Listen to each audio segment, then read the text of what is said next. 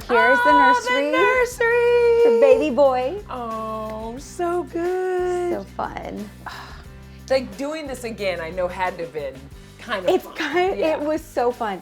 And seeing Felicity now at 6, she wanted to pick out things for the baby. And so she actually helped me because there were a couple colors of cribs. That's a good way. So she chose that. And then like they had to get a stuffy for the baby, all the things. It. Baby brother has a big room. It's good size. Yes, indeed. It is. Has a good view too, which we love. I was gonna the say mountains. beautiful. We love the mountains out there. Well, we've been talking about it already, but I should formally say congratulations on baby number 3. I love how big your smile is. Mommy and Daddy are having a little boy. So what have you been talking to the girls about a little brother? What have those conversations been like? It's been very sweet. Yeah. So Felicity is 6 and she is all about the baby and just keeps talking about the baby, praying for the baby, and says she can't wait to meet this little one. And so Felicity is stoked that she is going to be able to like help. I think that she's gonna be like a second mother to this kid because she's very like, get things done, tell everybody what to do.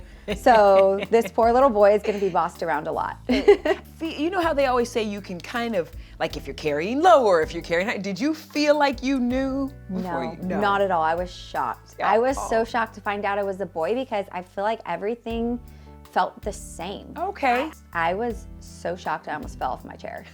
It was crazy. Now is Jeremy saying I need a junior or?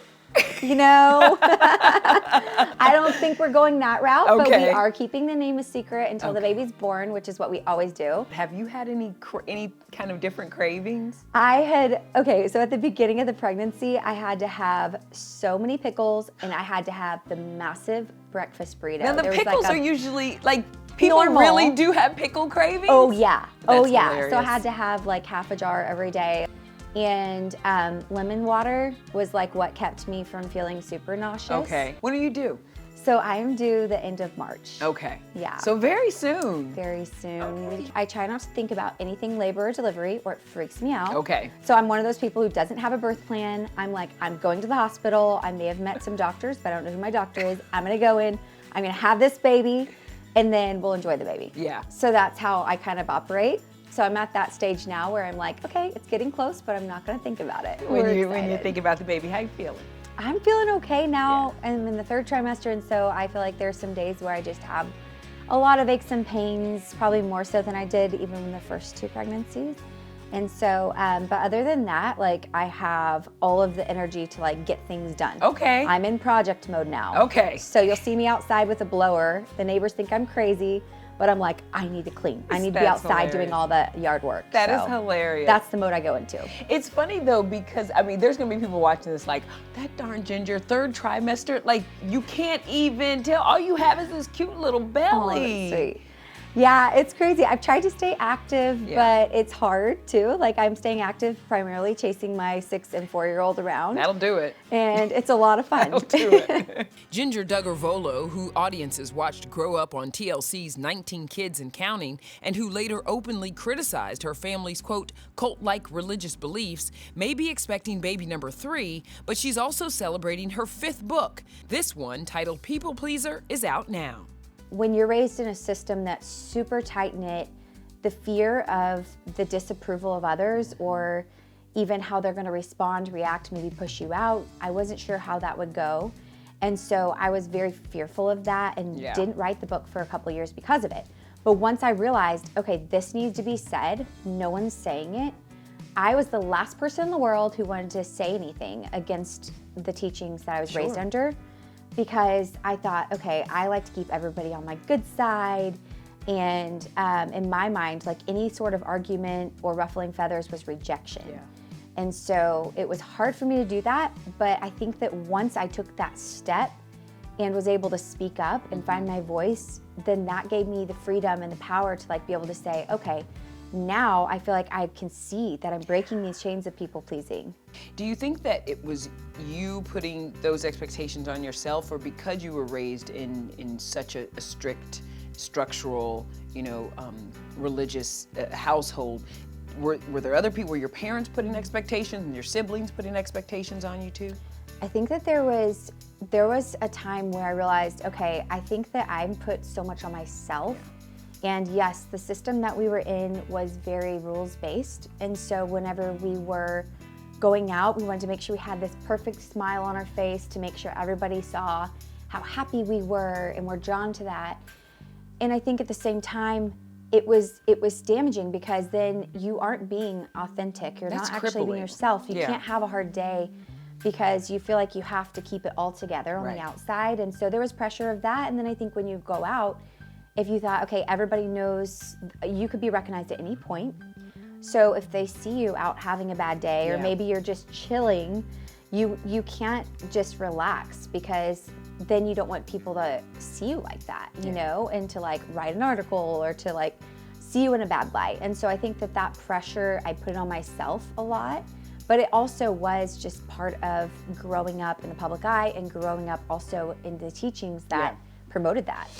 I did it. Was reality TV part of that too? Did that put like an unnecessary pressure?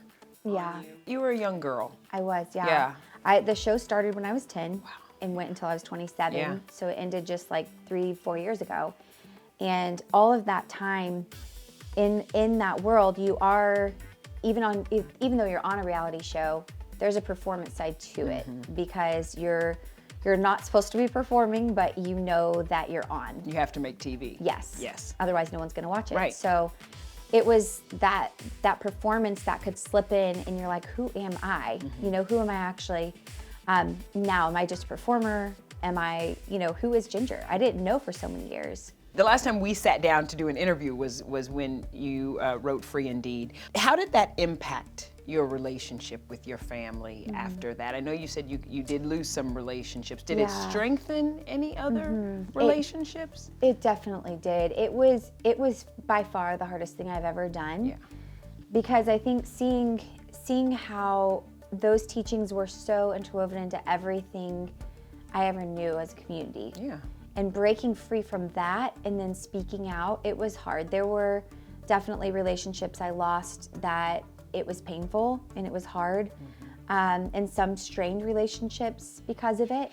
But then the overwhelming majority, even between loved ones and those that I was so surprised would even listen, they came back and they were sharing how it was helpful for them and it helped them to see through some things. How is your relationship with your parents today? It's complicated. I would say there are definitely difficulties, things that we don't see eye to eye on, but I was really thankful. I was actually just able to go spend time with my family recently, and it was such a sweet visit and peaceful, so amazing, and I was very thankful for that too. So I love my family more than anything, even though I think almost any family will have places where they disagree on things. But at the end of the day, I have nothing but love for them. Well, I know so many of your fans have a question about your brother Josh. They want to know if you've heard from him, if you're in touch with him at all, because he is still in jail. Yeah, I haven't spoken to him at all since he's been in. And I think that prior to that, I had, we had opportunities throughout the years to speak to him whenever he's gone through his problems. And I thought I've said all I need to say. And now I just committed to prayer and pray that his life will be changed. And so that's all I can do is just pray for his family, victims, all of that. Are you still faithful? Are you still Christian? Do you still, believe? And are you still a believer? Yes. Yeah. And I would say now more than ever, I feel like my faith has been strengthened with what I've walked through. It took years of, as I would say, disentangling truth from error, not throwing out everything, but saying, okay, that was very wrong and that was messed up. It was cult-like, what I was in. And then at the same time saying, okay, I believe more than ever that God is good and that I am his child. And so that's something that is very reassuring for me. And it's been so sweet just to be able to be on this journey of walking out my faith and living it even before my girls in a different way, because I don't want them to like just do something because mom does it. Right. And I think that that's been a beautiful thing, is just like as they've seen us on this journey too, it's been really sweet for them to just grow alongside us, and it's been such a sweet season of life. So this is the podcast studio. Wow, this is so pretty. It's new.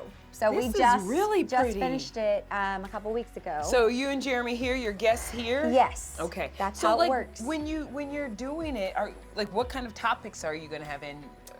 We talk about a wide variety, but a lot of it is just lifestyle stuff. If you're going to the Bible looking for parameters for dating, you're looking at the Bible wrong. You and Jeremy have a podcast, which is fantastic. About to have 3 kids. Now you know everybody's saying, well, would they do reality TV? Would they let cameras into their house? That's the thing that it's so interesting. And at the same time, we've chosen to give our girls privacy, Right. not You to don't have read their headlines, faces you on don't do there. We that. try not to read the headlines, all of that. And at the same time, I think like, okay, who knows what would happen in the future? I can't say no, never, like that would never happen. But as of now, I feel like that chapter of our lives has closed, and we're just exploring options for how we want to share our lives, how much we want to share, what things we want to keep private as a family. And so that's something that we're still in the process of doing.